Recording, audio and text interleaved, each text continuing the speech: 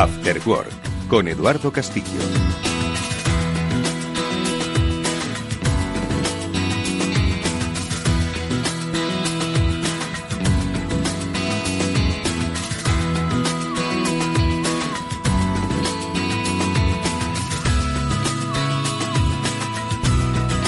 Hola amigos, ¿qué tal? Muy buenas tardes. Bienvenidos al After Work de Capital Radio, al programa de la ciberseguridad del After Work de Capital Radio, que cada semana os acompaña para hablaros de los problemas, pero también las soluciones que el mundo cibernético y nuestra relación con él, por desgracia, pone en nuestro camino.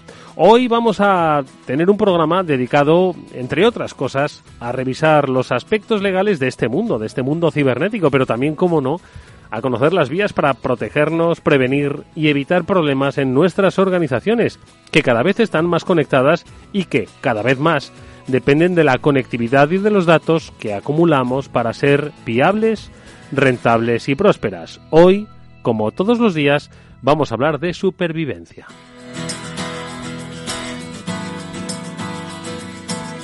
Porque, como luego vais a poder comprobar en nuestra sección de noticias, cada vez son más las empresas públicas y privadas, instituciones, dispositivos y personas en general que se ven afectados por algún incidente. Pablo todavía no ha llegado, pero Mónica sí que está. ¿Cómo estás, Mónica? Buenas tardes, Eduardo. Mónica Valle es una de las especialistas que nunca lo decimos, además directora de BitLife Media, autora de los que posiblemente ha sido uno de los libros de ciberseguridad que más se ha vendido en el último año. Sí, ¿es así o no? No tengo los datos, Eduardo. Cuando los tenga te los doy. Bueno. Oye, que cada vez... Mira, yo lo digo... Antes hablaba de la supervivencia, ¿no? No lo digo tanto para asustar, sino que al final dependemos tanto en nuestras organizaciones de la conexión que tengamos a través de algo digital con el resto del entorno empresarial, económico, comercial y personal, que cualquier falla en esa relación es una cuestión de supervivencia de nuestro propio modelo de economía, ¿no? Efectivamente, no nos damos cuenta de que esa ciberseguridad es tan importante casi o más que esa seguridad física. Hemos hablado muchas veces, en verdad, de ese ejemplo de que cierras las puertas y pones el candado, ¿no? Cuando cierras ese negocio, pero y la seguridad y la ciberseguridad, cierras bien tus ordenadores y no solamente cuando acaba la jornada laboral, sino a lo largo de la jornada laboral aseguras esos ordenadores, esos sistemas para que no entre nadie desde fuera. ¿Es igual de importante o más? Bueno, pues como decimos, son cada vez más las personas, las instituciones que se pueden ver afectados por este tipo de situaciones. Y con esto no quiero decir que la red se haya convertido en un callejón oscuro por el que obligatoriamente tenemos que transitar. Todo lo contrario. Simplemente cada vez hay más dinero que se deriva de estas actividades en la red y que, como toda actividad económica que genera este movimiento, pues atrae a más gente que de forma, hay que apuntarlo, legítima y lícita, quiere multiplicarlo. Pero claro, a medida que aumenta esta considerable suma de dinero de los negocios digitales o de los negocios que a través de lo digital hacen crecer a los países, pues cada vez hay más personas que de manera ilegal quieren incrementar su patrimonio a través de ello.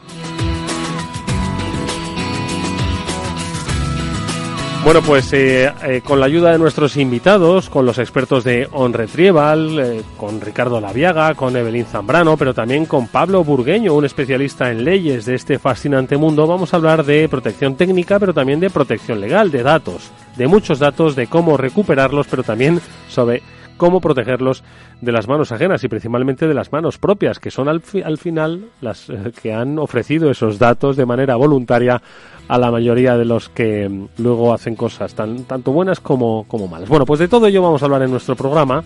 Ya se incorpora Pablo Sanemeterio. Pablo, ¿qué tal? Muy buenas tardes. Buenas tardes, Eduardo. Luego, en un ratito, nos haces, si quieres, una reflexión editorial sobre los temas que hoy vamos a ver, pero antes vamos a hacer esa brevísima pausa y enseguida vamos a conocer más noticias del sector y más en profundidad a nuestros invitados. Bienvenidos. After Work, con Eduardo Castillo. Adelántate a los acontecimientos del mercado con nuestra aplicación para móvil diseñada expresamente para operar con CFDs. Ahora, mejor que nunca, opera a cualquier hora, en cualquier lugar. Incluyendo navegabilidad mejorada, alertas en tiempo real y gráficos avanzados. La tecnología de trading más potente en la palma de tu mano. CMC Markets opera a tu manera. El 75% de las cuentas de inversores minoristas pierden dinero en la comercialización con CFDs con este proveedor. Debe considerar si comprende el funcionamiento de los CFDs y si puede permitirse asumir un riesgo elevado de perder su dinero.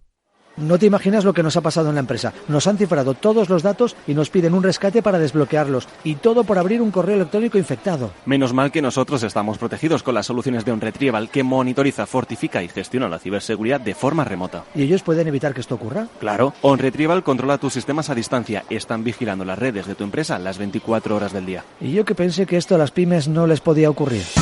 OnRetrieval, especialistas en recuperación de datos, informática forense y ciberseguridad. Llámenos al 900-900-381. Amaneces antes que el sol y conviertes la vida en nueva vida. Y alimentas el futuro de los tuyos. Te proteges de enfermedades. No te rindes ante las adversidades. Y cada día empiezas de nuevo. Eres de una naturaleza especial. Por eso hay un seguro especial para ti. Agroseguro, más que un seguro. After Work, con Eduardo Castillo.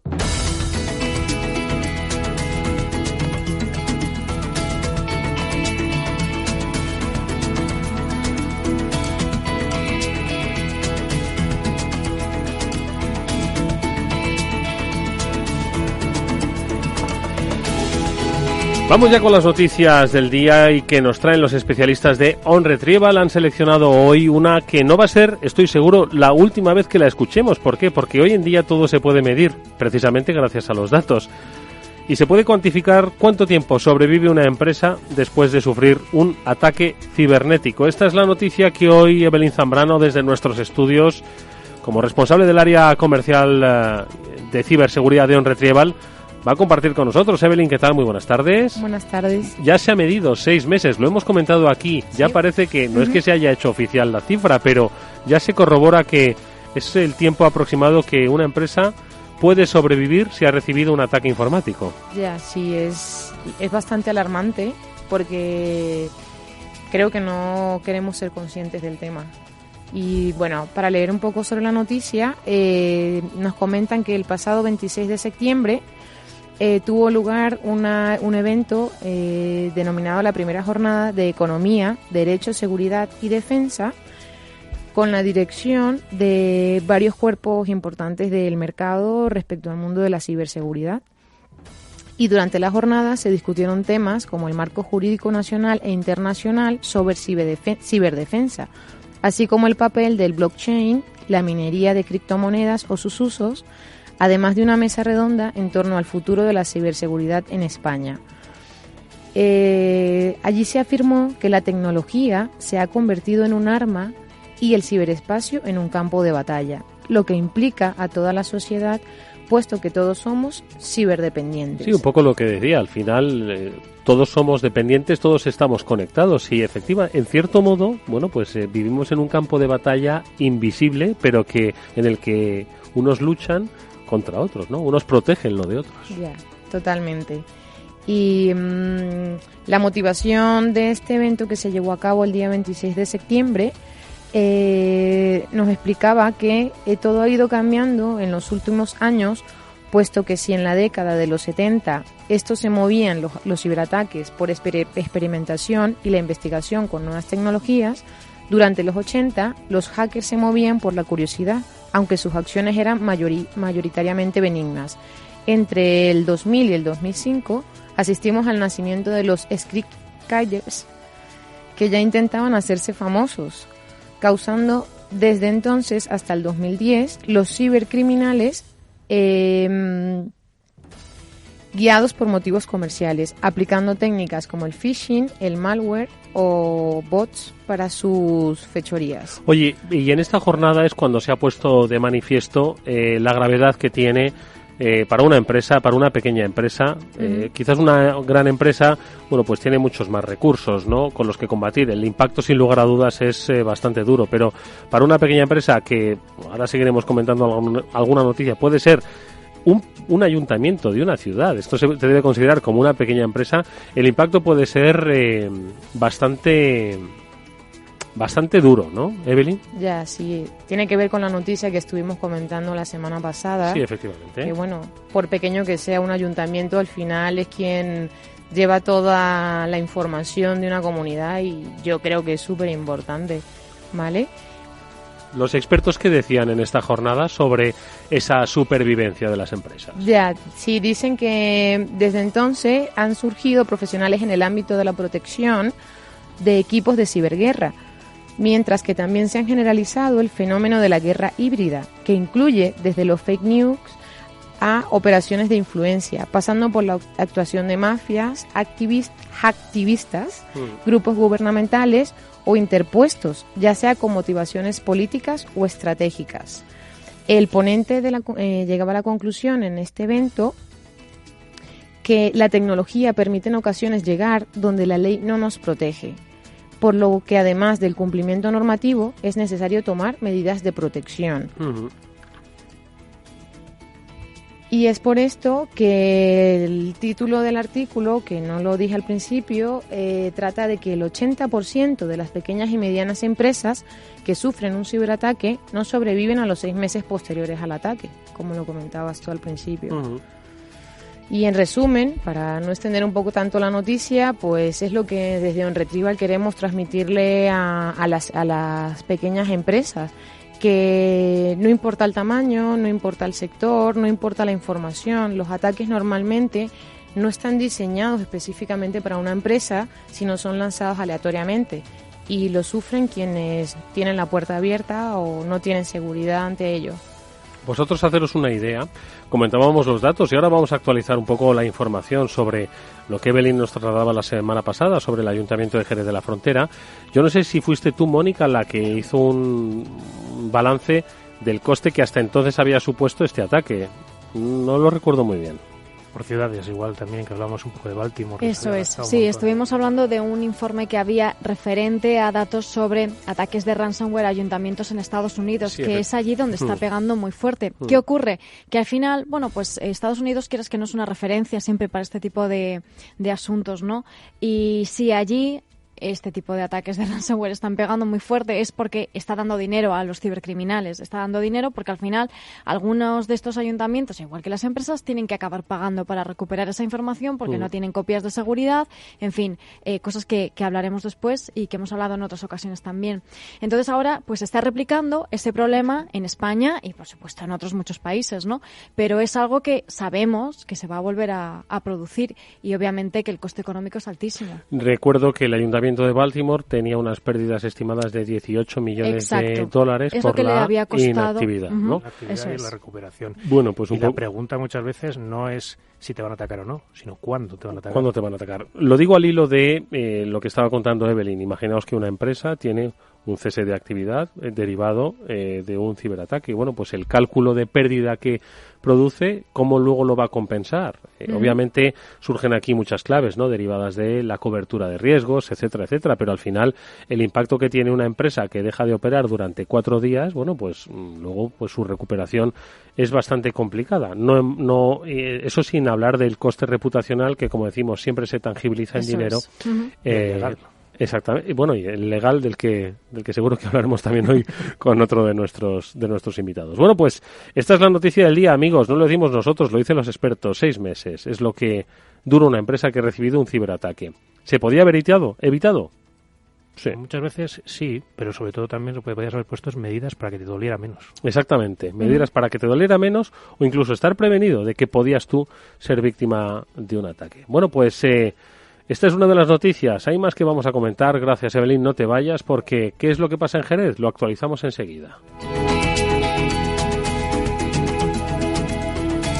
Y para eso le pedimos y saludamos ya a Ricardo Laviaga, el director técnico del Laboratorio de Ciberseguridad de OnRetrieval. Ricardo, ¿qué tal? Muy buenas tardes. Buenas tardes, Eduardo. Oye, ¿cómo habéis vivido vosotros la noticia de Jerez? ¿Como un ya te lo dije o os lo advertimos o cómo? Como un ya lo llevo viendo unos cuantos años en empresas y en instituciones.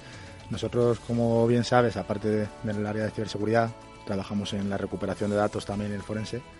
Y bueno, tenemos por un lado en ciberseguridad, ¿no? Protegemos a nuestros clientes y por el otro lado nos encontramos a los que no estaban protegidos y han sufrido pues desde un ataque de ransomware hasta un ataque dirigido, un hackeo, y vienen a nosotros ya con el problema ya encima. Entonces, en estos casos suelen ser, bueno, antes hemos dicho, decías 4 días. 4 días es con suerte. Un ataque grave, depende si disponemos backups o no disponemos.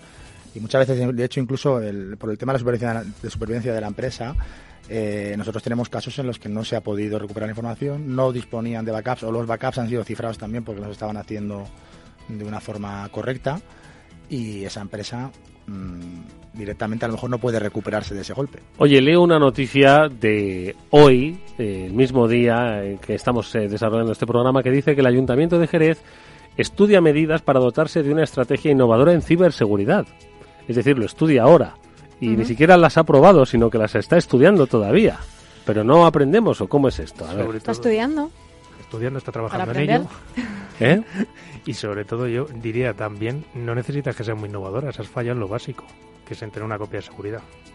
Yo no sé si disponían o no de copia, porque no sé cómo lo están restaurando, pero la al formación final de los usuarios. Eso es. Bueno, lo que está leyendo también es que ahora cuando han ido actualizando información es que el ransomware utilizado era Ryuk, y Ryuk es un ransomware que se está empleando mayoritariamente en ataques dirigidos.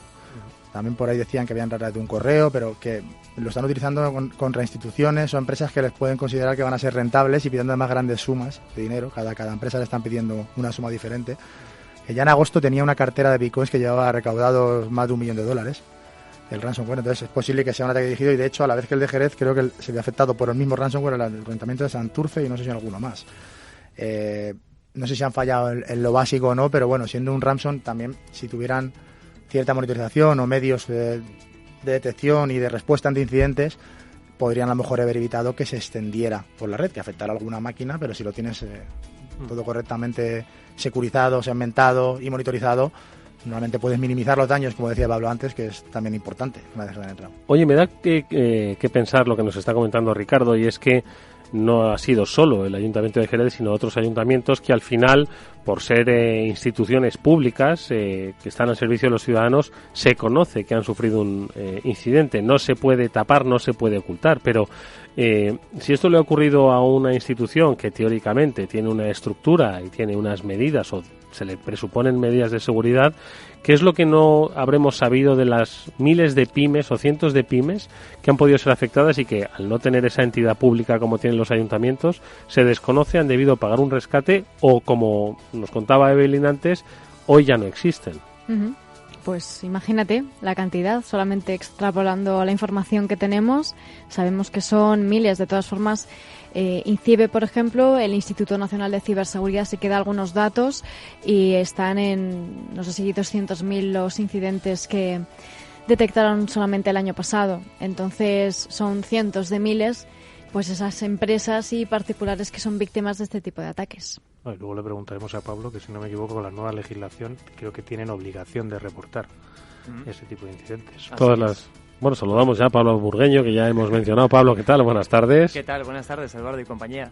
Pues sí, efectivamente, con la nueva normativa de protección de datos, lo que se indica es que ante un incidente, como puede ser sufrir un ransomware, que te cifra todos los archivos útiles del ordenador, si se pone en riesgo grave los datos de las personas físicas, como por ejemplo clientes, proveedores, empleados, hay que hacer una notificación de los hechos a la Agencia Española de Protección de Datos. Y si el riesgo es muy grave, como por ejemplo que te han cifrado toda la base de datos de clientes y ya no puedes prestarle servicios y además no tienes una copia de seguridad, bueno, pues lo que habría que hacer es comunicar el hecho a los afectados. Pero claro, fijaos en la situación. ¿Cómo comunicas el hecho a los afectados si te han cifrado la base de datos con los datos de los clientes?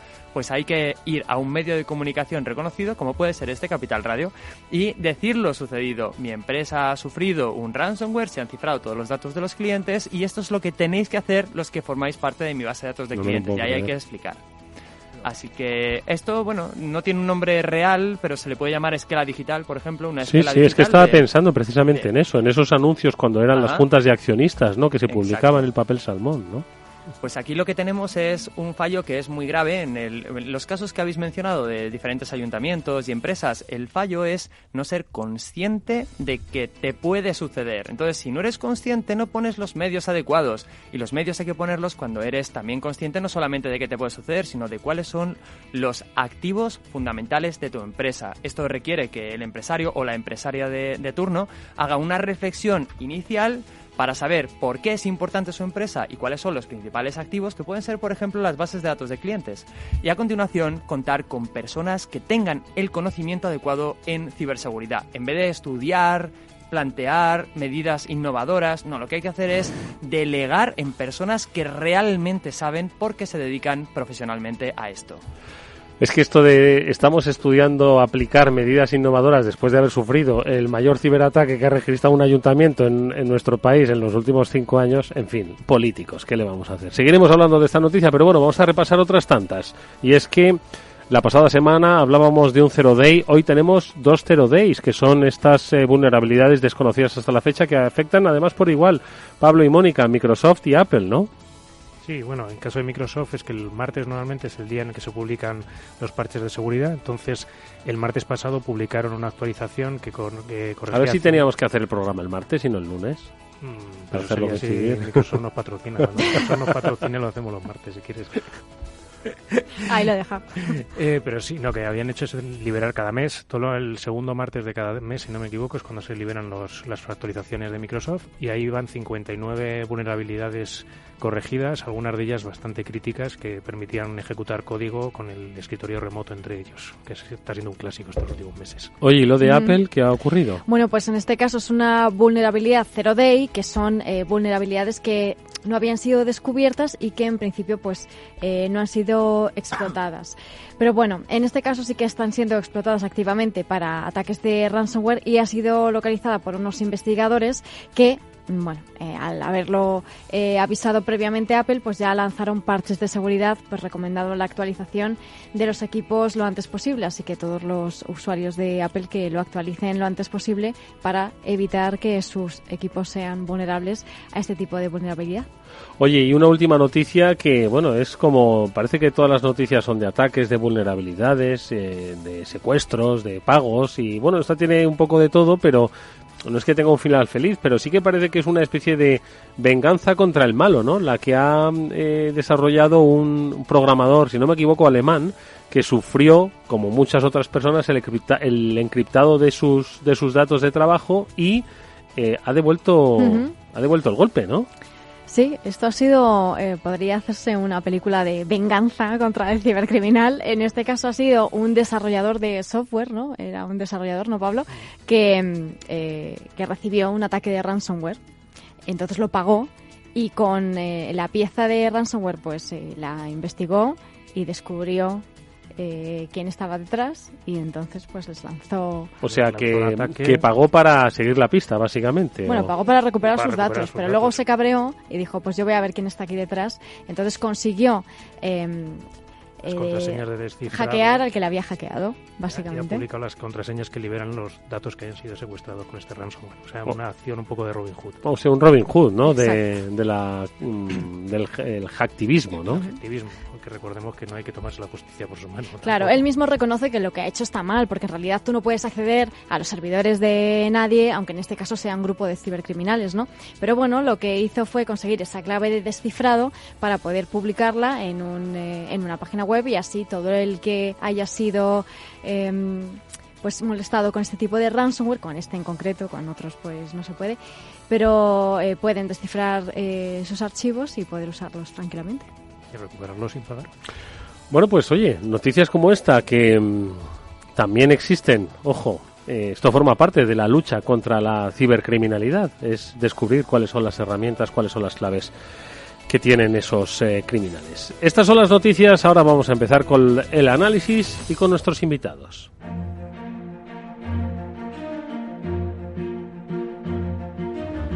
Ya les habéis oído a los tres, Ricardo Laviaga, Evelyn Zambrano, especialistas de OnRetrieval, y también a Pablo Burgueño, que si bien le hemos saludado hay que decir que es especialista, es abogado especializado en ciberseguridad y privacidad, es director del Departamento Jurídico y de concienciación del grupo Smart Human Capital, Smart HC, y es, entre otras cosas, fundador de Avanlex, es una herramienta, ¿no?, de derecho tecnológico de NetTrace, hablando un poco de blockchain, que ya nos lo explicarás, a ver si algún día lo entiendo, Pablo. Claro.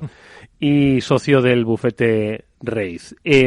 Hablábamos de datos, de cómo protegerlos, porque hoy estamos en esta mesa especialistas que conocen mucho los datos, como es el caso de OnRetrieval, el valor de los datos, ¿no? De alguien que quiere recuperarlos, pero también el valor de los datos que alguien desconoce que lo tiene. Son tantas cosas que desconocemos y que al mismo tiempo deberíamos saber. No sé por dónde empezar.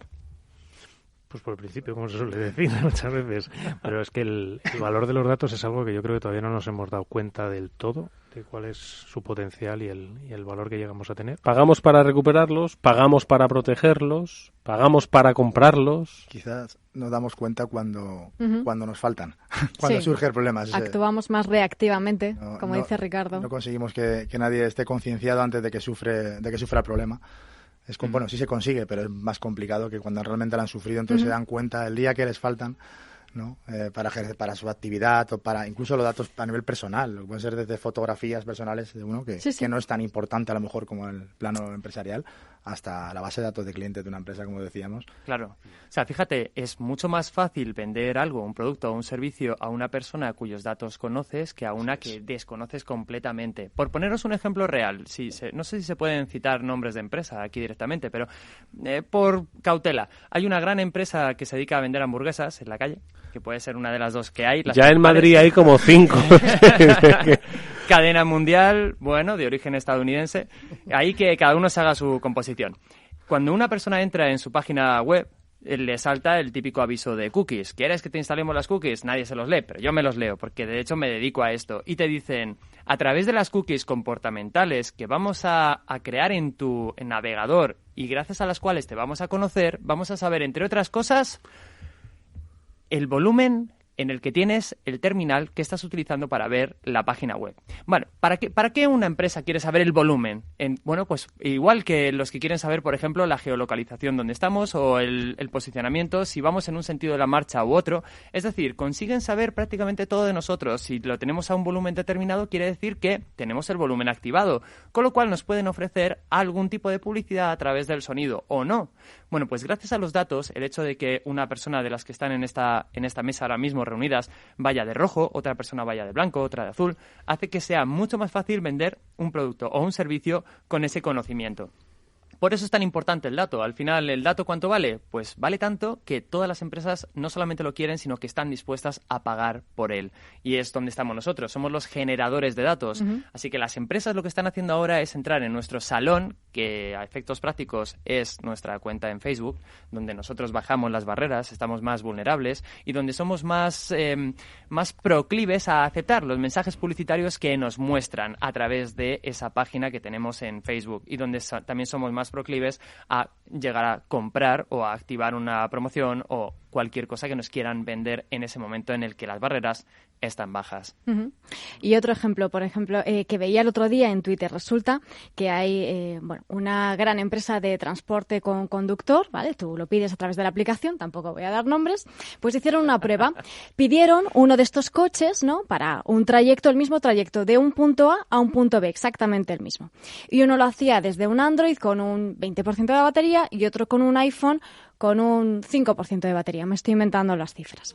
Y el caso es que a una persona, la que tenía más batería, que en este caso era en Android, le salía el trayecto más barato que al que tenía el iPhone con menos batería.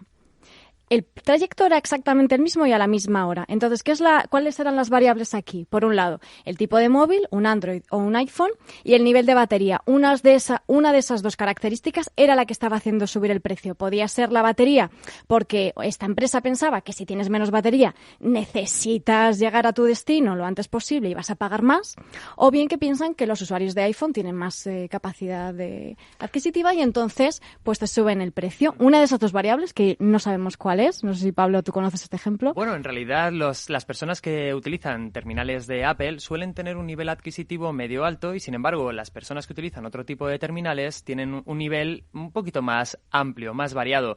Así que si yo, por ejemplo, quisiese poner un precio determinado más alto, se lo pondría probablemente a la gente que utiliza un iPhone, por ejemplo, en relación con los que utilizan un Android o los que utilizan un Windows Phone. ¿Quién utiliza un Windows Phone? Bueno, pues a esas personas. Pablo, por eso él va andando a los sitios, ¿no? Y hay un tema que también quería ponerlo sobre la mesa. Imaginad que queremos contratar a alguien. ¿Lo contratamos únicamente con el currículum que nos envía?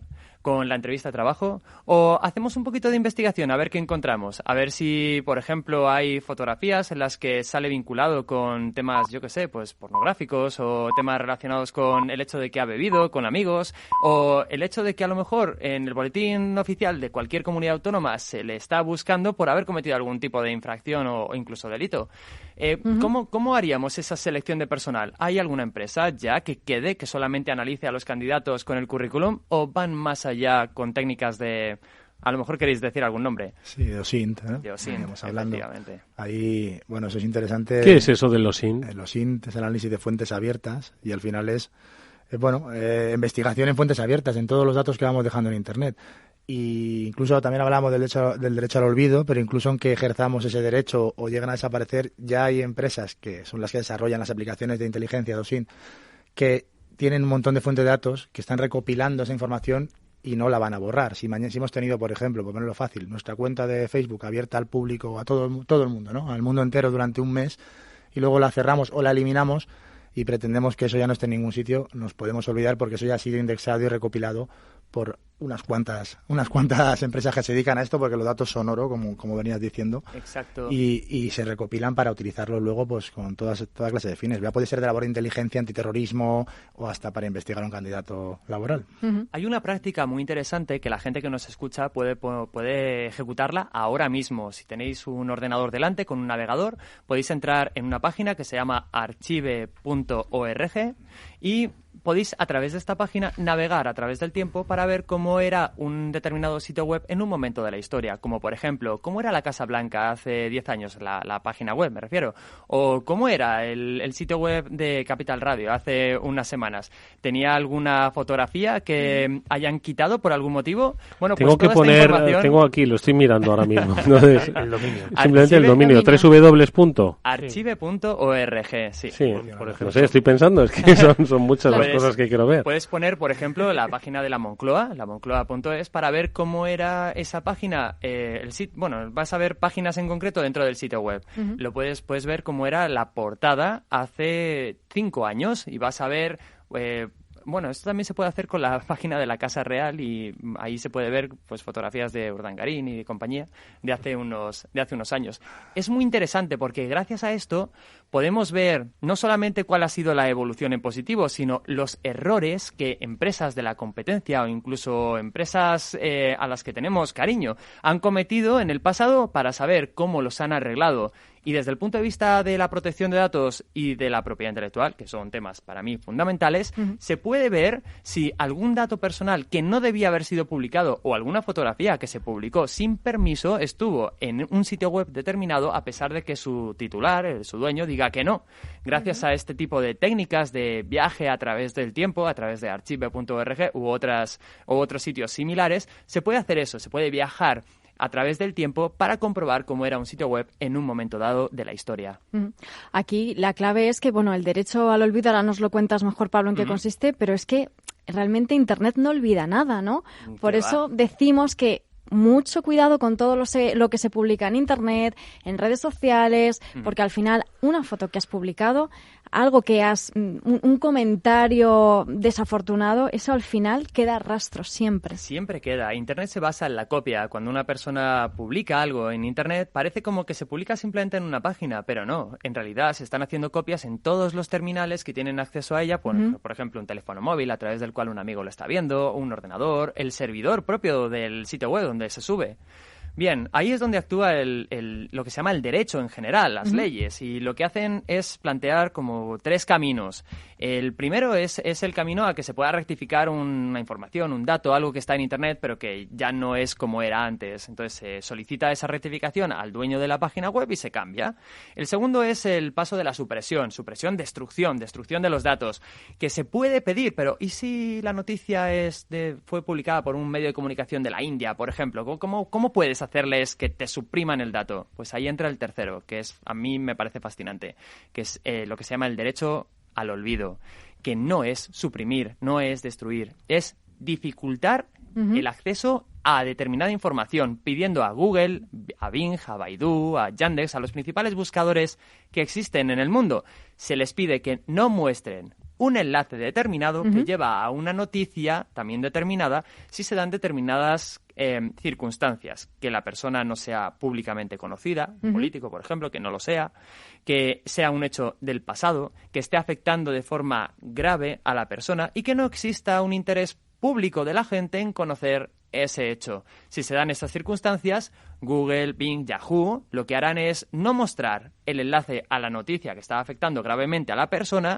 cuando alguien del mundo entero busque el nombre de esa persona en uno de estos buscadores. Ese es el derecho al olvido. O cuando alguien ha publicado información personal, un nombre, un DNI, una dirección, ahí también se les puede solicitar que a lo mejor lo suyo sería que esa página web borrase la información, pero si no lo consigues, por lo menos le pides a los buscadores que alguien que busque tu nombre no encuentre tu DNI asociado, ¿no? Leo una noticia. El presidente pide la movilización en defensa de la democracia y la libertad frente al fanatismo. El presidente Rodríguez Zapatero ha afirmado tras su encuentro, esta es una noticia del año 2011 y parece que está... Ah, que la acabas de encontrar gracias a... Literalmente, efectivamente. Archive.org. O sea, es como si fuese una página completamente actual ahora mismo. Sí, con noticias del año 2011. Y puedes navegar a través del sitio web que has encontrado en esa página. Sí, o sea, como si fuese... Además, cuanto más grande o más de mayor importancia es el sitio, tienes más fechas para seleccionar normalmente, porque también se basan un poquito. Entonces, lógicamente, en medios de comunicación y demás vas a tener un montón de fotos de ese momento. Los textos, las imágenes, algunos vídeos incluso. Tienes también los descargables. Pero escucha, ¿y todo esto dónde se queda acumulado? ¿Y quién? Justo es lo que iba a preguntar. ¿Y quién? Sí. ¿Y quién? ¿Quién es el guardián? con ello? ¿Quién es el guardián de esta información? Está pagando a un hosting para albergar toda esta información que cuesta un pastón. Vamos a ver qué ganan con ello. En este caso, en el caso de Archive.org, estamos hablando de una sociedad sin ánimo de lucro que está financiada por, entre otros, pues personas que están por en la Estados CIA, Unidos, no, me da esa sensación, algo por parecido. favor. Bueno, en España, la ley de depósito legal lo que indica es que la Biblioteca Nacional tiene derecho a hacer una copia de todo lo que existe en Internet. La gente, por ejemplo, cuando a veces dice voy a borrar mis tweets en Twitter, bueno, pues la Biblioteca del Congreso de Estados Unidos llegó a un acuerdo con Twitter en 2011 para tener una copia de absolutamente todo lo que se publique en Twitter, aunque lo hagas en privado, o sea, con la cuenta cerrada, y aunque borres el tweet más adelante. Así que volvemos otra vez a lo que acaba de decir Mónica, que cuando algo se sube a Internet, ya olvídate de borrarlo. Lo que vas a hacer, si lo consigues borrar, es dificultar que se pueda llegar a otra de las muchísimas copias que hay desplegadas por el mundo entero. Y esta página que has descubierto, que, bueno, probablemente ya la conocías, que se llama archive.org, lo que está haciendo es permitir al mundo entero volver atrás en el tiempo para ver cómo era un sitio web determinado en un momento de la historia. O sea que los tweets que estos que borran rápidos ya sabemos dónde se recuperan. Es así, ¿no? Eso sí, no ha hecho alguien una captura de pantalla, que es lo más fácil y que ahora mismo cualquier persona está ahí haciendo esa captura para recordar. De todas formas, se lo pregunto a los especialistas de On-Retrieval, especialistas en recuperación de datos. Es cierto que hoy, gracias a Pablo, pues hemos conocido un sitio donde navegar, ¿no? En esos datos que están... guardados, almacenados, datos de la historia. Pero yo le pregunto a los especialistas de On-Retrieval si algún día, es decir, hoy hemos dicho y nadie pone en duda que los datos tienen un valor comercial para las empresas, un valor para los delincuentes que saben que sin ese dato no puedes seguir con la operativa, o un valor emocional porque yo quiero conservar las fotos de mi juventud o del pasado verano, ¿no? Pero de todas formas, yo os pregunto, ¿hemos visto la eclosión del valor del dato como tal o todavía estamos viendo lo que es un negocio incipiente? Porque de Big Data venimos hablando hace ya bastantes años. Entonces me da la sensación, por lo que un poco nos cuenta Pablo, por el histórico que hemos acumulado, si es que todo esto, por ejemplo, acabo de poner ahora mismo, como me he ido navegando en archive.org, que esto es un entretenimiento impresionante. Se va a entretener toda la noche, con esto. Pues, por ejemplo, como estamos hablando de Rodríguez Zapatero, pues he puesto, la página web del PSOE, PSOE.es, ¿no? Entonces, nos remontamos aquí al año 97, entiendo, con primeras pruebas de un Internet, diría yo que hasta macarrónico, ¿no? Es decir, pero si hay tanto historial de datos volcados en la red y de momento, no hemos visto la eclosión del poder del dato. Bueno, yo creo que en parte sí la hemos visto, ¿no? Porque la transformación digital se lleva llevando a cabo durante ya, ¿no?, bastantes años. Pero según se siga produciendo esta transformación digital de todas las empresas y la sociedad, será cada vez más importante, lógicamente, porque cada vez está en más ámbitos de nuestra vida, en el día a día. Y de hecho... Perdona que te sí. No, si lo que quería decir es que fíjate si sabemos lo del valor del dato, que no tiene más que ver quiénes son las compañías más capitalizadas a día de hoy en el Nasdaq, en el tecnológico. Tienes Google, tienes Facebook, tienes Amazon, tienes Apple, son todas tecnológicas, y en que Apple, por ejemplo, viva también de vender dispositivos y Amazon viva del reparto. Totalmente, sí. Pero una de sus grandes bases de las otras dos, de Twitter, de Facebook, de Google sobre todo, que es, yo creo, el principal exponente es, para mi forma de ver, Google es el exponente del valor del dato. Y ahí coincido yo también con los compañeros de OnRetrieval. Y voy a poner también un ejemplo. Un compañero me decía, mira, estuve hablando con unos amigos de que me iba a poner a dieta, y resulta que cuando entro en Facebook, de repente me empiezan a salir anuncios publicitarios de que si un gimnasio, que si ponerse a dieta, y me dice este amigo, el teléfono me escucha. Y le dije, no vamos a ver. No vamos a ponernos así porque no te escucha el teléfono. Lo que ha sucedido es que amigos tuyos, o incluso tu mujer o tu pareja, en tu misma casa, a lo mejor han buscado algo relacionado con gimnasios, o tus amigos, con los que tienes algún tipo de perfil unido en LinkedIn o en Facebook, han buscado temas relacionados. Lo que sucede es lo siguiente. Los bancos, por ejemplo, dan hipotecas y mejoras y beneficios a las personas que están rodeadas y vinculadas por personas que no son deudoras. Y a una persona que como amigos tiene a deudores, pues le dan peores condiciones, porque los deudores se acercan a deudores. ¿Qué pasa en Facebook? Pues que si todos los amigos empiezan a hacer dieta, o se empiezan a poner en forma, o se van al gimnasio, lo normal es que Facebook te ponga también a ti anuncios de gimnasios. ¿Por qué? Pues por lo que estábamos diciendo, el valor del dato. Cuando conoces los datos de una persona, conoces también los datos de lo que va a hacer en el futuro la gente que tiene cerca, familiares, amigos o incluso compañeros de trabajo. Así que ese es el valor del dato, va más allá. Corrígeme si me equivoco, si eres el experto en este ámbito, pero igual que eso es lo malo de esto, que igual que esos datos se pueden utilizar de una forma maravillosa para la segmentación en el marketing digital, que para el que se dedica al marketing es una maravilla, lógicamente. Pues vamos, de hacer todo el trabajo, dice, ¿a quién me dirijo? Dice, a este. Puedes dirigir perfectamente las campañas para tu producto. También se puede utilizar para fines más siniestros, como apareció, ¿no?, en el famoso caso de Cambridge Analytica. Y es ya para dirigir a lo mejor fake news y para hacer perfiles psicológicos de la gente y hacer otras cosas un poquito más peligrosas. Se puede modular el mensaje por medio de esos sistemas de reconocimiento cognitivo para hacer que la gente piense como uno quiere. Y eso precisamente es lo que se hizo con Cambridge Analytica y con otros muchos. O sea, que cambiemos vamos, que dirijan nuestro voto. Sí, lo que hay que hacer es... ¿Cómo funciona eso? Lo que una persona... No sé si estamos dando unas ideas muy malas aquí, pero... Ya, pues cómo se influencia el voto muchas veces. Tradicionalmente, antes de Internet, se usan mucho temas de medios de comunicación, prensa, televisión... ¿En los medios? No, hombre. No, ¿verdad? Pues y ahora pues el salto, donde están las noticias también, donde están las cosas más vivas en Internet. Sí, pero de la misma forma que dice, se puede cambiar, ¿no? ¿Cómo lo has llamado? Influenciar. Sí, se modula el mensaje en función del receptor para cambiar su forma de parecer o de pensar. Incluso se puede cambiar su voto en unas elecciones futuras. ¿Cómo se hace esto? Conociendo los gustos de la persona. Si a una persona le gustan, por ejemplo, los coches de carreras o le gusta el motociclismo, un mensaje se puede modular de tipo político, para que esté más encajado o enmarcado en esos gustos que tiene la persona. Incluso se le puede cambiar de opinión acerca de estos mismos. El ejemplo más sencillo que tenemos es el que os he comentado, el ejemplo del gimnasio. Conociendo lo que sucede alrededor, al final puedes hacer que esa persona quiera ir al gimnasio, aunque no lo tenía pensado, porque modulas el mensaje diciendo, si tus amigos van, tú también deberías ir. Y hay un caso que a mí también me fascina, que es el siguiente. Los que tenemos el móvil en el bolsillo, es muy raro que salgamos de casa y cuando salgamos apaguemos la señal wifi, es decir, el receptor y emisor de wifi.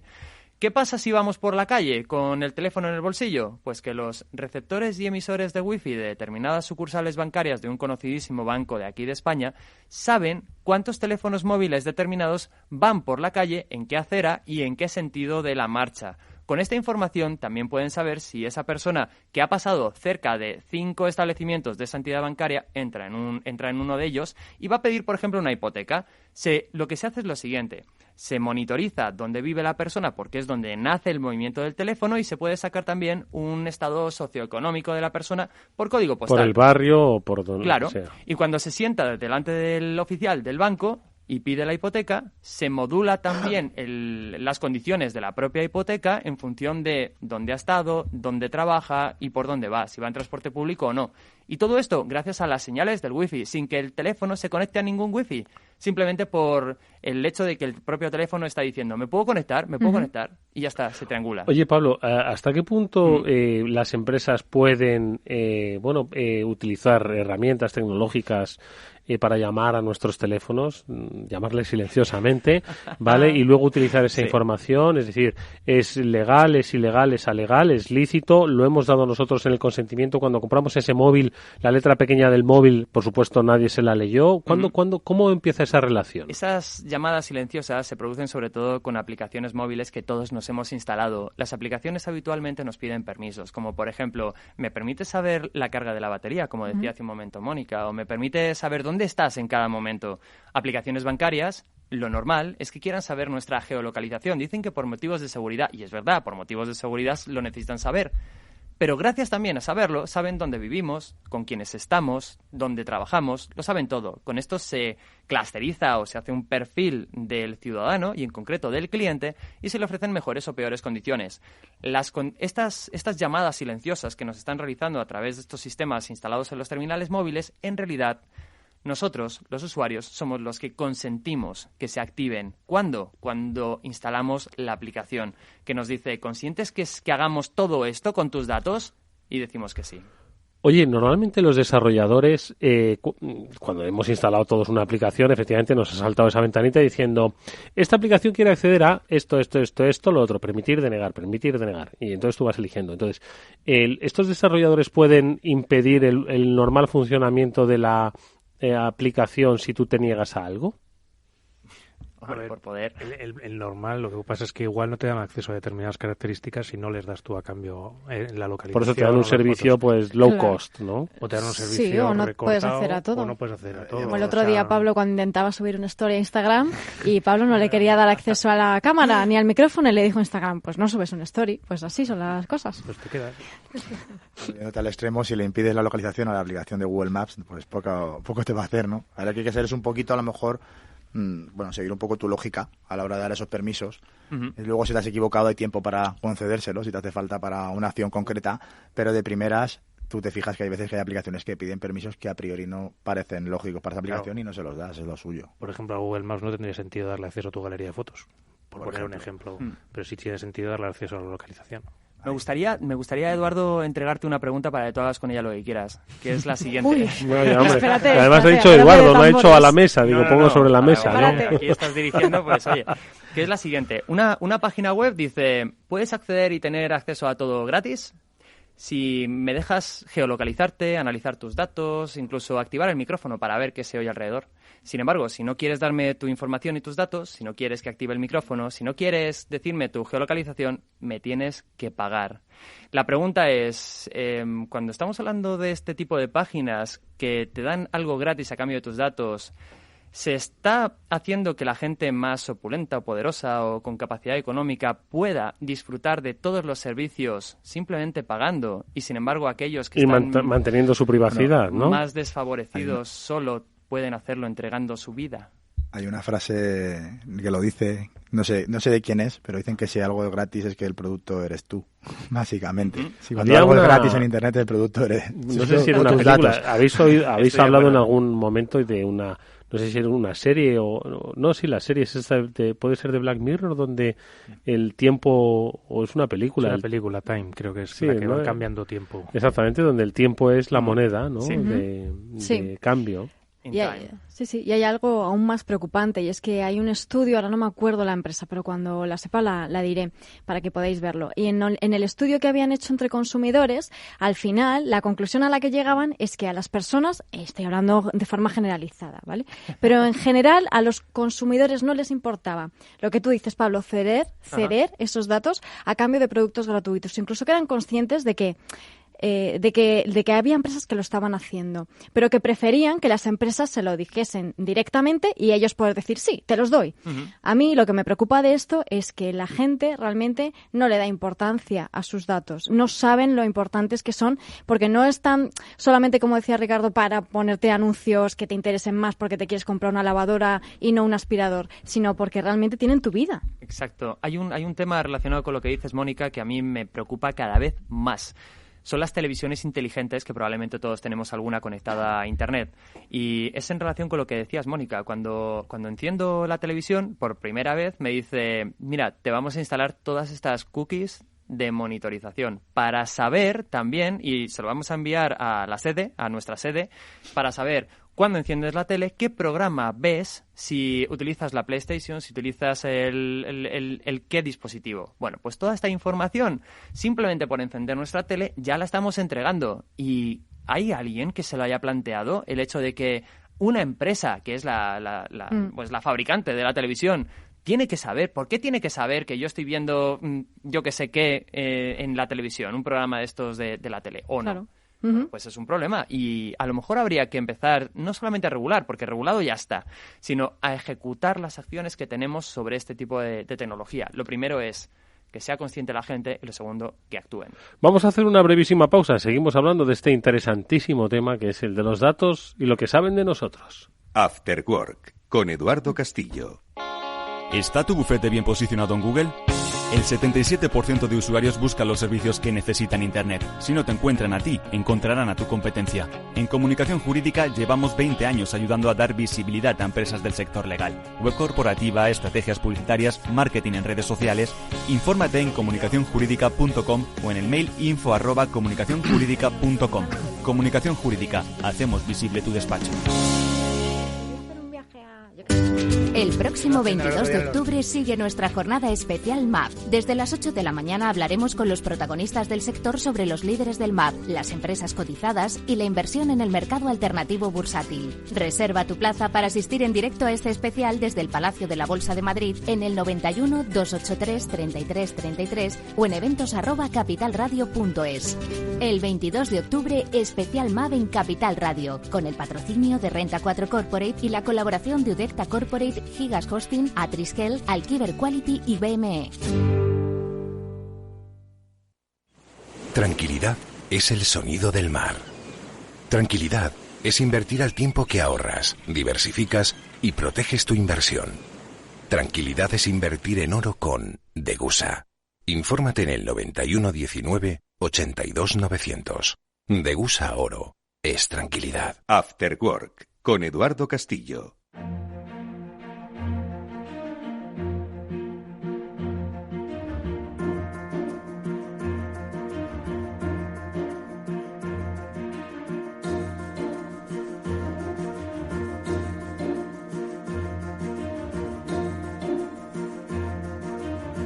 Seguimos en esta tertulia con Pablo Sanemeterio, Mónica Valle y nuestros invitados hoy, Pablo Burgueño, Ricardo Laviaga, Evelyn Zambrano. Estamos hablando de datos, estamos hablando de protección, estamos hablando de lo que sabemos.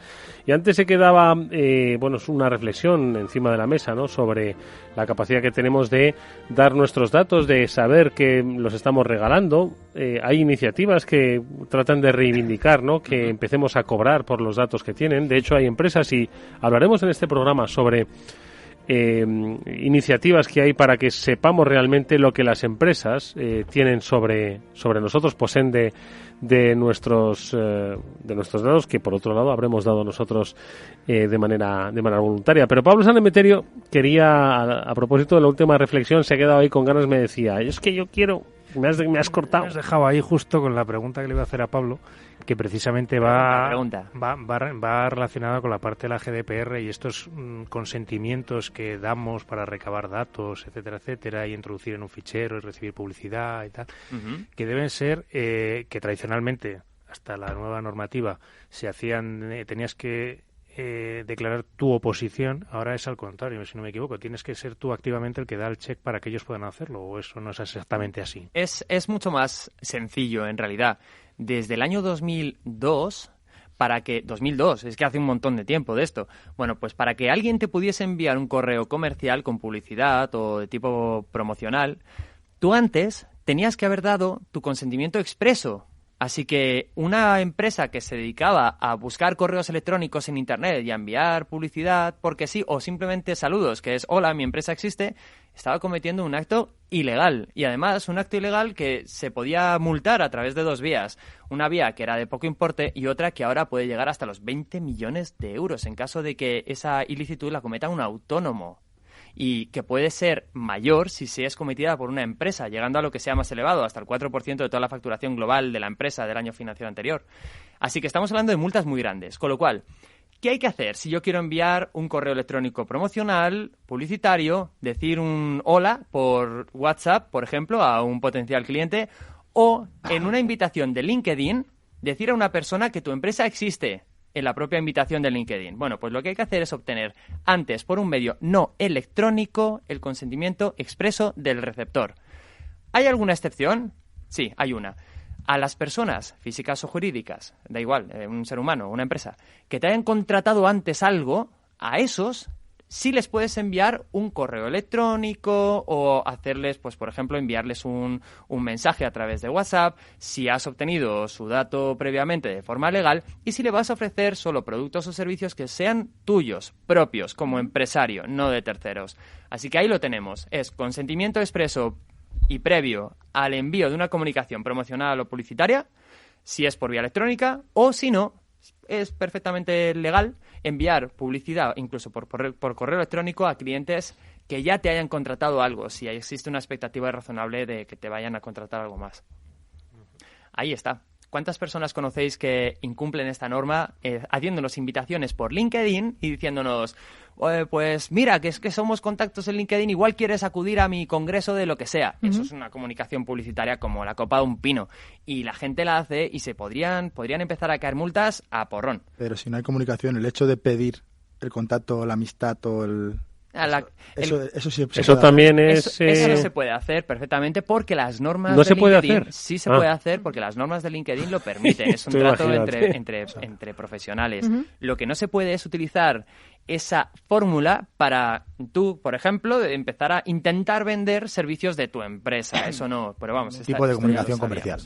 Exacto. Pero sí puedes enviar un email, un correo electrónico a ese potencial cliente imagínate que tú tienes una base de datos anterior y que no enviaste el consentimiento del GDPR. Porque yo he recibido un email. No había que enviar nada.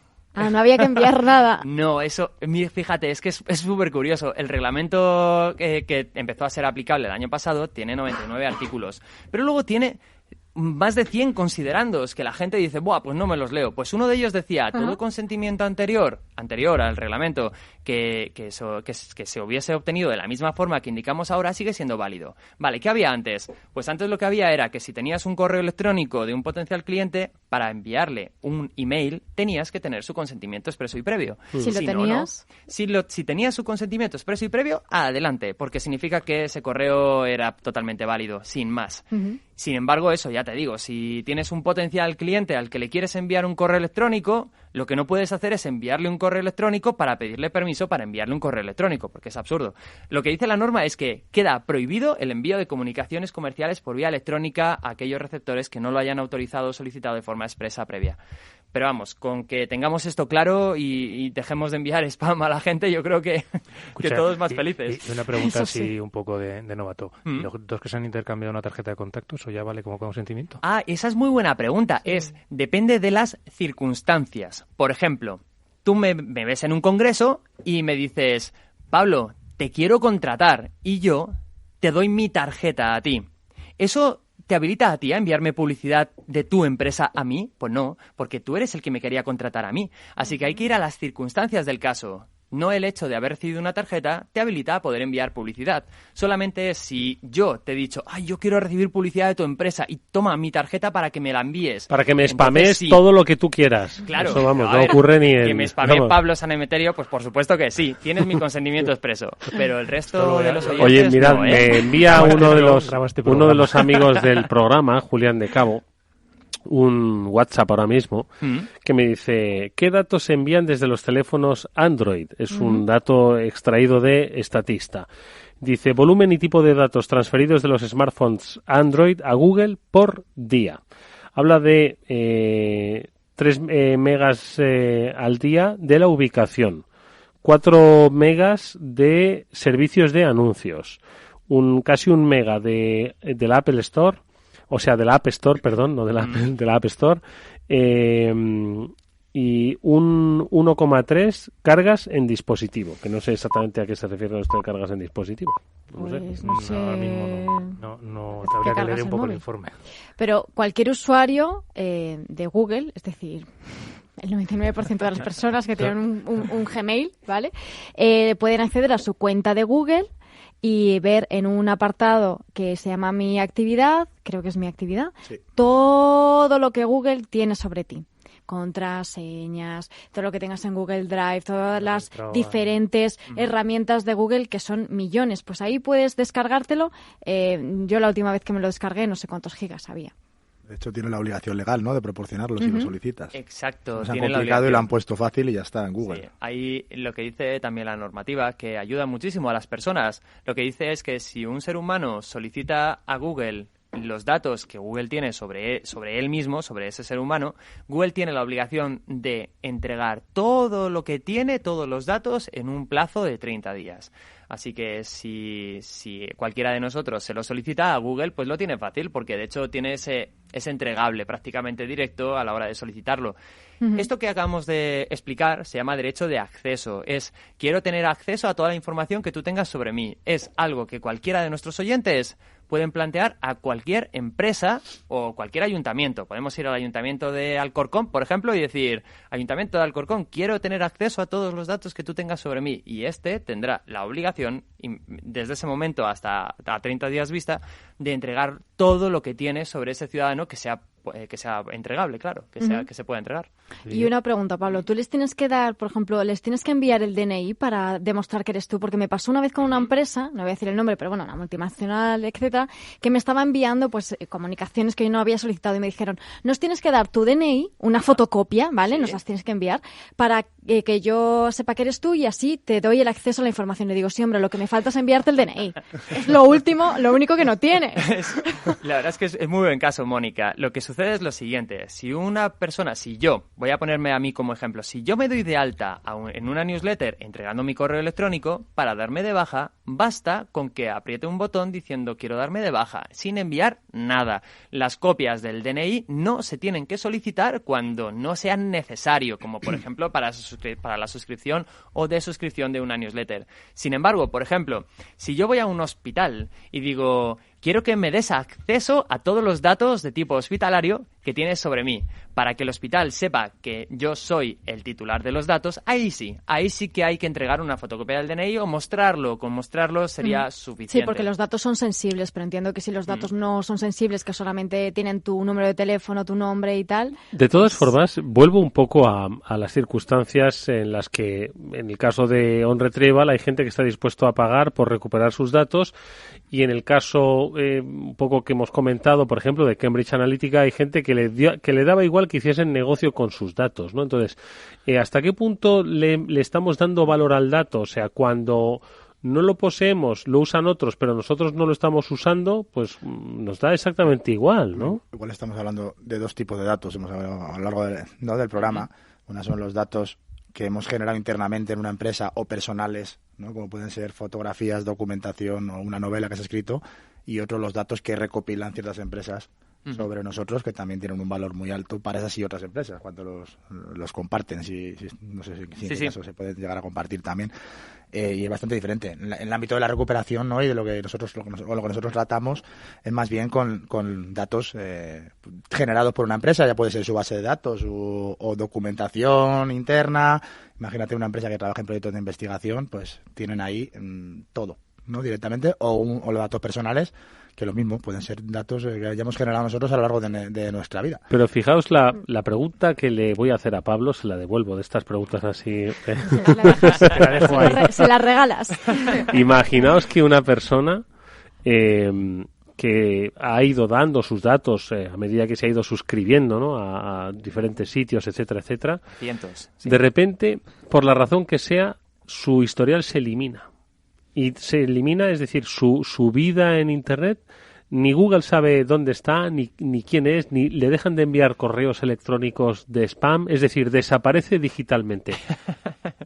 Puede ser, claro, efectivamente. Puede ser. ¿Creéis que esa persona se sentiría perdida o se sentiría feliz? Depende del caso. Si me sucede a mí, pues me sentiría muy afectado. ¿Por qué? Por un motivo muy sencillo, no por desaparecer, sino porque se me ha impedido tener el control absoluto sobre mis datos y mi información. Es decir, he perdido algo que para mí es muy importante, que es poder decidir quién, cómo, cuándo y para qué se utilizan mis datos. El borrar mis datos supone que también se borra una parte que es fundamental de mi personalidad.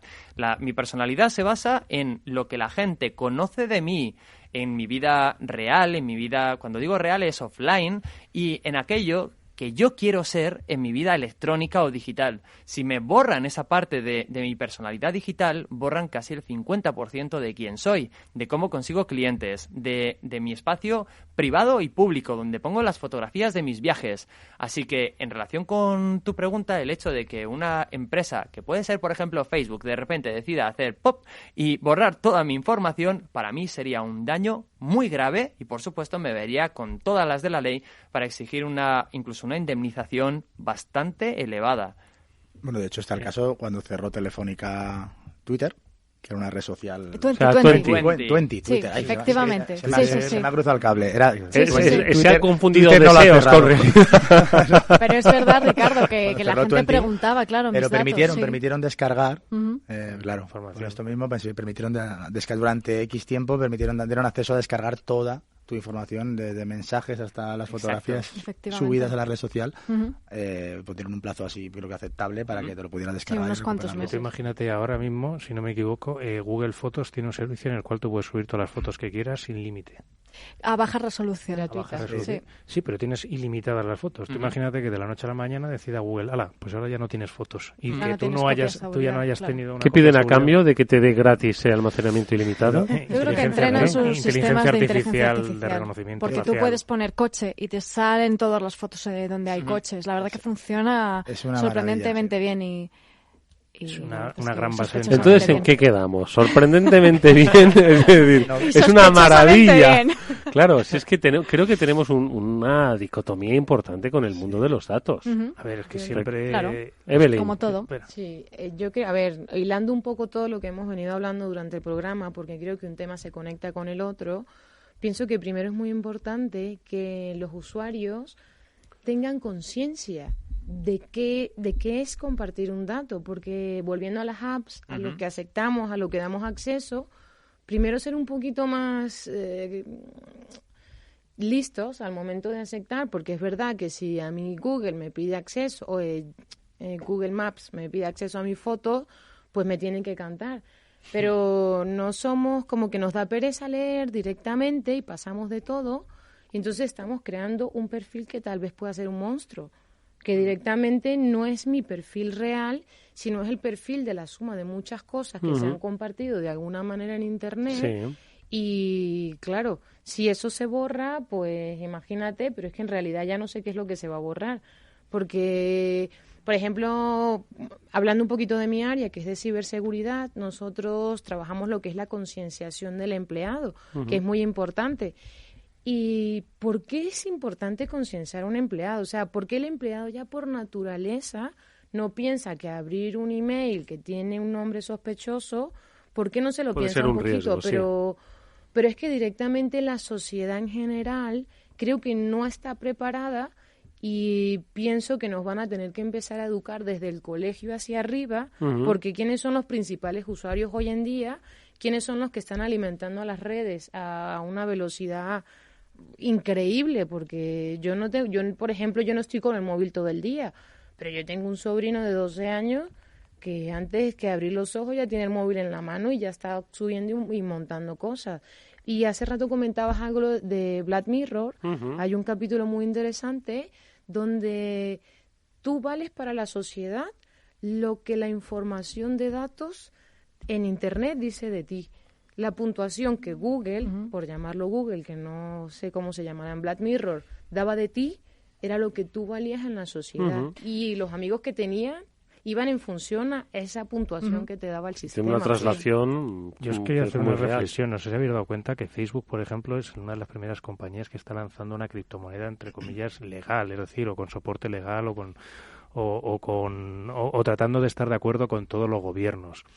Eso también muchas veces entronca con algo que hablaba yo hace mucho tiempo con un compañero en Optenet, y es acerca del futuro de Facebook, que igual iba encaminado hacia el buro de créditos o a ser un banco directamente de Facebook. ¿Qué te parece, Pablo, el hecho de que Facebook y un consorcio del que se están yendo algunas empresas vayan a poder tener, el poder y el control sobre el sistema financiero mundial? Oye, tanto como el poder o el control del sistema financiero mundial me parece, no sé si es a tanto a lo que imagino que aspirar, sí. No sé si es a tanto a donde les dejarán llegar, porque hay otros poderes que no creo que estén dispuestos a perder esa cuota de poder que tienen. Pero es bastante interesante. La cripto que ha sacado Facebook y su consorcio se llama Libra y se acaban de ir hoy, de hecho, Mastercard y Visa, porque básicamente han tenido un rechazo frontal por parte de prácticamente todos los gobiernos del mundo. Es por un motivo muy sencillo. España, por ejemplo, Estados Unidos, Francia, son países donde el gobierno controla el sistema financiero dentro de las fronteras. Y llega a Facebook y dice, pues mira, yo con unos amigos, entidades privadas, voy a lanzar una moneda para controlar el sistema financiero mundial y que se pueda pagar con mi moneda en todos los lugares. Claro, ahí el gobierno de Estados Unidos y el resto ha dicho, ¿de qué vas? Que nos estás quitando nuestro poder. Claro, pero es un poder que hace que se controle la sociedad para que no haya unas fluctuaciones desfavorables para las personas físicas y las empresas. De repente, un Estado va a tener... Un Estado no. En realidad es Facebook, es como si fuese un Estado mundial. Es que es un Estado digital, literalmente. Justo. Una empresa va a imponer sus reglas del juego a nivel mundial y no solamente eso, sino su propia moneda con la que se van a poder comprar productos y servicios. ¿Cuál es la ventaja para Facebook? Va a saber quién compra qué, cuándo para qué, a quién le da el dinero y por qué. Lo va a saber todo a través de sus propias aplicaciones. Así que, una vez más, volvemos al control de los datos. Es una gran empresa del mundo, que es, en este caso, estadounidense. Va a querer controlar, de hecho, quiere controlar todo prácticamente. Y ahí los gobiernos han dicho, hasta aquí hemos llegado. De todas formas, yo estoy un poco con Evelyn. Antes habéis hablado de Cambridge Analytica y hay que concienciar un poco sobre el valor del dato. Ya no me refiero al valor económico, sino lo que las grandes corporaciones pueden hacer y que ya afecta a cuestiones de carácter filosófico, ético, democrático, de ciencia política, incluso diría yo, ¿no? Pero si partimos de la base de que cuando ocurrió el caso de Cambridge Analytica y las cuentas en España que se vieron afectadas, se dijo que había cuentas en España que se vieron afectadas, también aquí dijimos que a la mayoría de esas personas les importaba un pimiento que su cuenta se hubiese visto afectada por lo de Cambridge Analytica, es decir, que le dio exactamente igual. Pero yo te digo, yo creo que también hay una dicotomía también dependiendo de qué dato sea. O sea, si es una serie de cuentas mías que se han visto en Facebook y no tengo realmente ningún dato así muy comprometido que salga a la luz, pues creo que en general a la gente le importa menos. Yo creo que a la gente le empieza a importar, o quizás estoy yo en un mundo diferente, que es cuando son datos médicos, datos financieros o cosas así, es cuando ya les empieza a preocupar un poco más. Yo creo que tienes razón, pero al mismo tiempo no estoy totalmente de acuerdo. Nos pasa todas las semanas con Pablo, no te preocupes. No, porque hablando del tema de Cambridge, hay un programa muy interesante donde hablaban de dos países, hablaban de la India y hablaban de África, y cómo Cambridge cogió la información del Facebook de los jóvenes hindúes y de los jóvenes africanos. Y quien estaba haciendo este estudio para ganar unas elecciones, que ahora mismo no lo recuerdo con exactitud, tenía la certeza de que con los hindúes iba a lograr mover masas, pero no iba a obtener el resultado que deseaba. Sin embargo, lo hacía por tener ruido en el mercado y sabía que con los jóvenes africanos, por su educación, sí iban a conseguir la meta deseada. Entonces, lanzaron su campaña cogiendo la información de todos los jóvenes, porque al final la masa joven, como nos pasaría en España, es la que sería capaz de cambiar los resultados del próximo 9 de noviembre. Del 10 de noviembre, sí. Bueno, las próximas elecciones. ¿Por qué? Porque son los que están más sensibles y son los que les da un poco igual la información, porque un joven de 18 años, pues, no tiene una cuenta bancaria, no tiene unos ahorros ni un plan de pensiones, pero tiene Facebook, Instagram, 3 móviles, si se le permite. Y también yo creo que también son influenciables, también son más influenciables a la parte de Internet, cosa que pues determinados perfiles, quizás porque hayan nacido sin Internet, son menos influenciables por Internet y quizás más por otros medios de comunicación masiva. Ricardo. Vamos a partir que lo que hizo Cambridge Analytica no era legal, porque eso no lo hemos dicho en ningún momento. Ahí nos estaban recuperando datos como los puede recuperar Facebook. El problema es que esta gente lo que hacía era la típica encuesta de vamos a darte un perfil psicológico, o vamos a hacer encuesta online, vamos a decirte si eres un triunfador o estas chorradas. Sí, responde a estas breves preguntas y cuando te mandaban eso a través de Facebook dabas permiso para acceder a tu cuenta, a tus contactos, y de ahí es donde ellos tiraban y creaban un perfil del usuario, que igual que lo tiene Facebook, pero esta gente lo hacía por detrás para luego utilizar esto y vendérselo a, no sabemos si gobiernos, partidos. De esto venía, y eso realmente no es legal.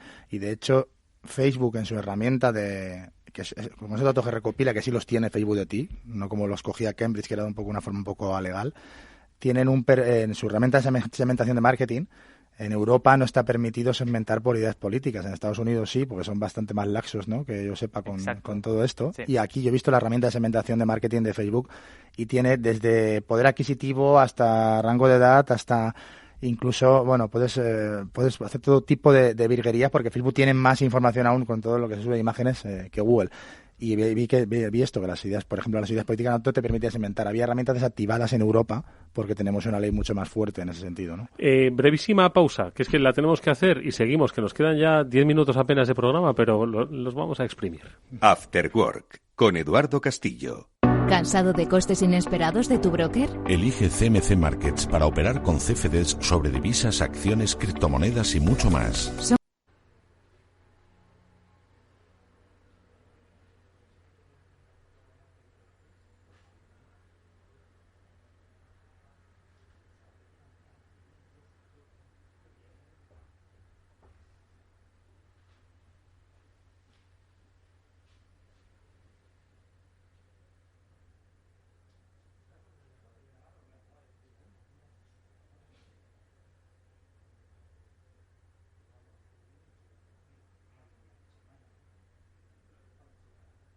Zonavalue.club. Entra en zonavalue.club, apúntate ahora y ven a aprender con Tobias Carlyle al Auditorio Rafael del Pino el día 6 de noviembre.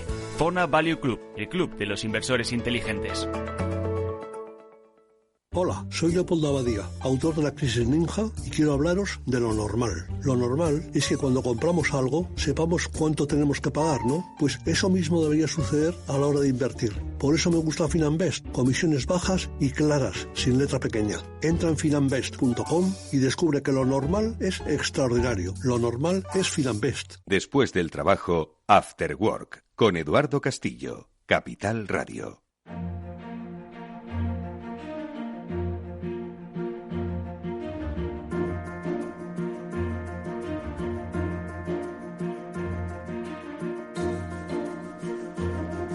Venga, últimos minutos para concluir nuestro programa de ciberseguridad, que hoy ha tenido al dato como su principal protagonista. Estábamos hablando sobre hasta qué punto somos conscientes de que nuestros datos están en manos de quién.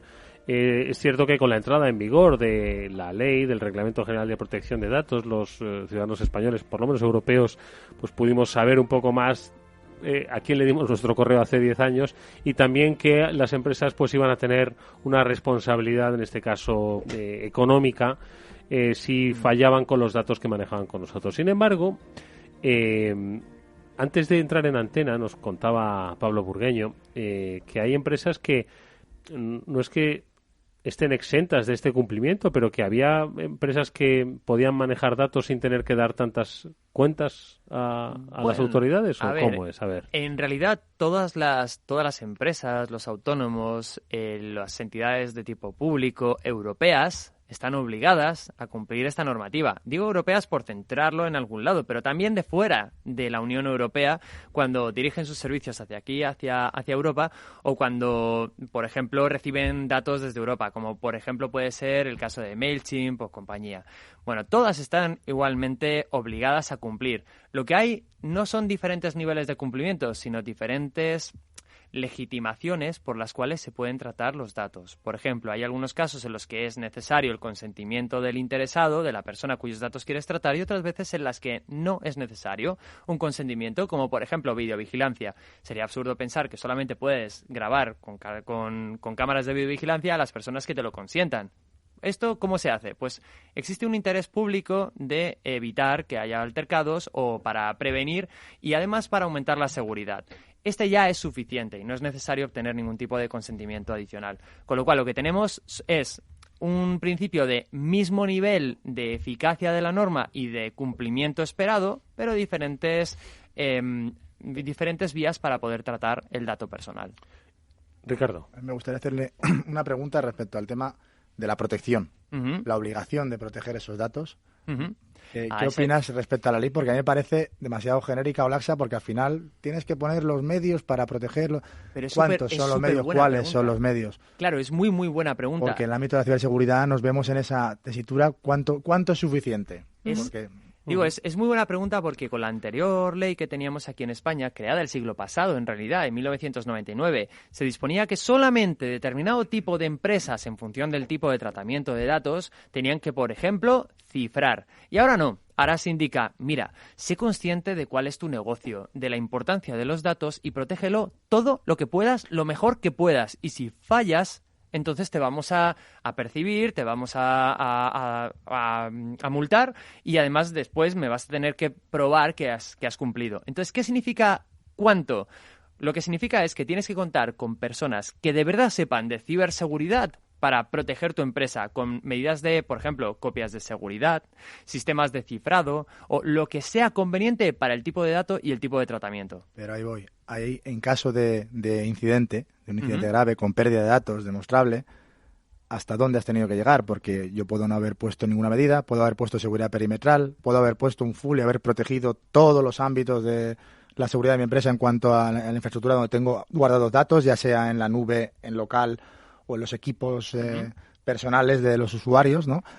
Ahí, vale, ¿cómo se dictamina eso? Porque la duda es muy razonable. En el resto de Europa, prácticamente, las empresas lo que hacían era proteger el dato de la mejor forma posible. Y aquí en España siempre estábamos acostumbrados, hasta hace muy poquito, a que nos diesen un listado. Pues mira, tienes que poner una contraseña segura, tienes que además que cambiarla cada cierto tiempo, y de repente nos han quitado el listado. Claro, ahora el español medio dice, ¿y ahora qué hago? Que nadie me dice qué es lo que tengo que hacer. Entonces llega el legislador europeo y dice, pues no seas tonto, protege los datos lo mejor que puedas. Y si no sabes, estudia. Y si no sabes, si no puedes estudiar, pues entonces contrata a los mejores. Por ejemplo, una floristería, ¿tiene que cifrar los datos? Pues depende.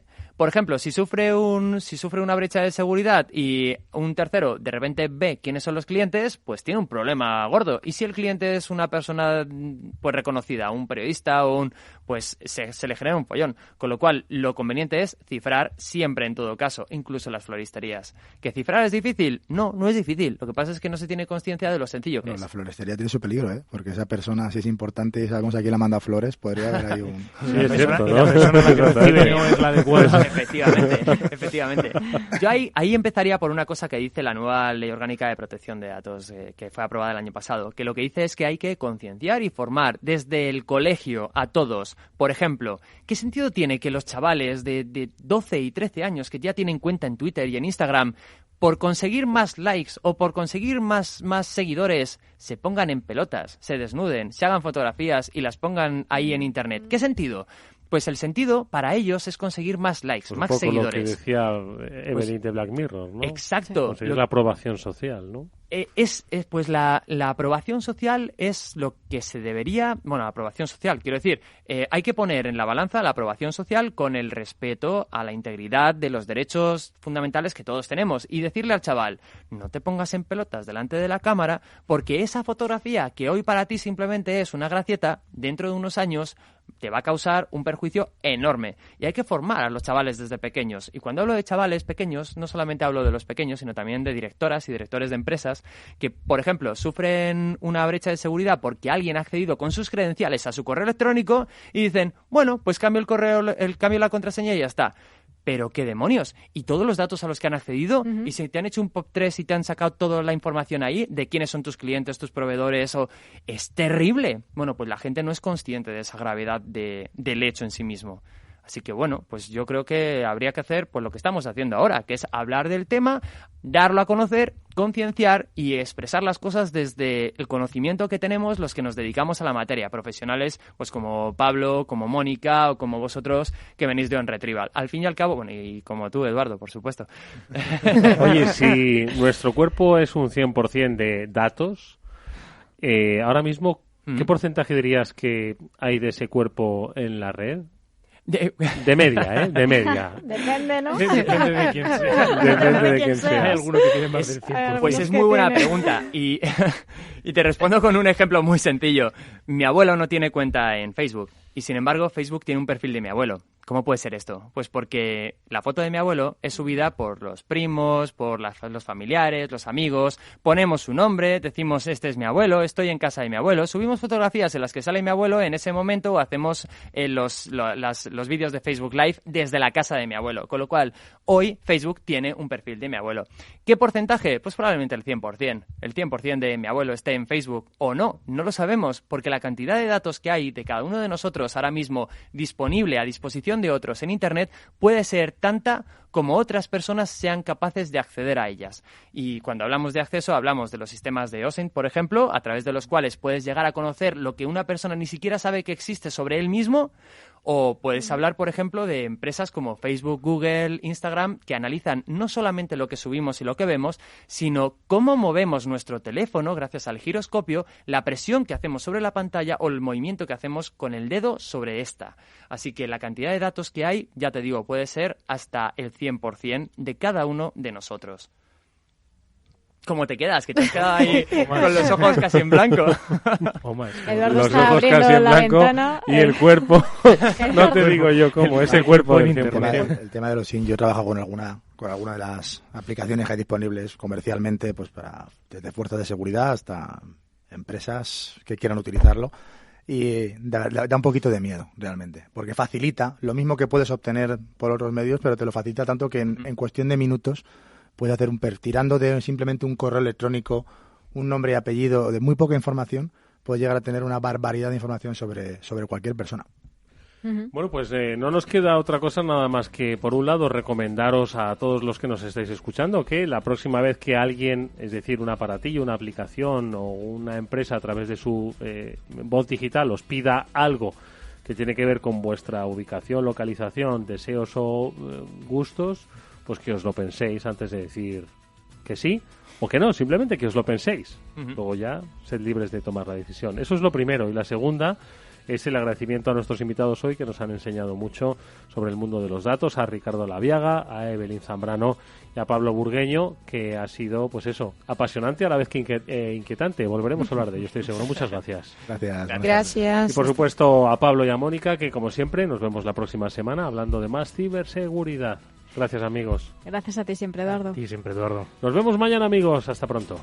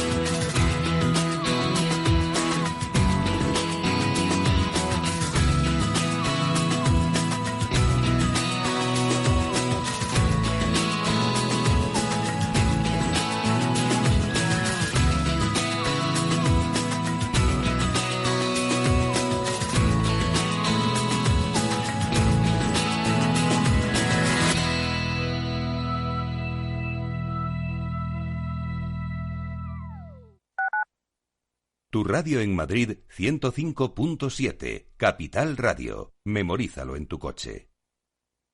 Cuando miro hacia atrás, me veo mayor. Apenas recorría unos pocos kilómetros, pero año tras año me volví más rápido. Año tras año llegaba más lejos y me sentía más útil, más eficiente, más moderno. Sí, ahora que cumplo 100 años, me siento más vivo que nunca. 100 años más joven. Metro de Madrid. Comunidad de Madrid. Esto te estás perdiendo si no escuchas a Luis Vicente Muñoz en Capital, La Bolsa y la Vida.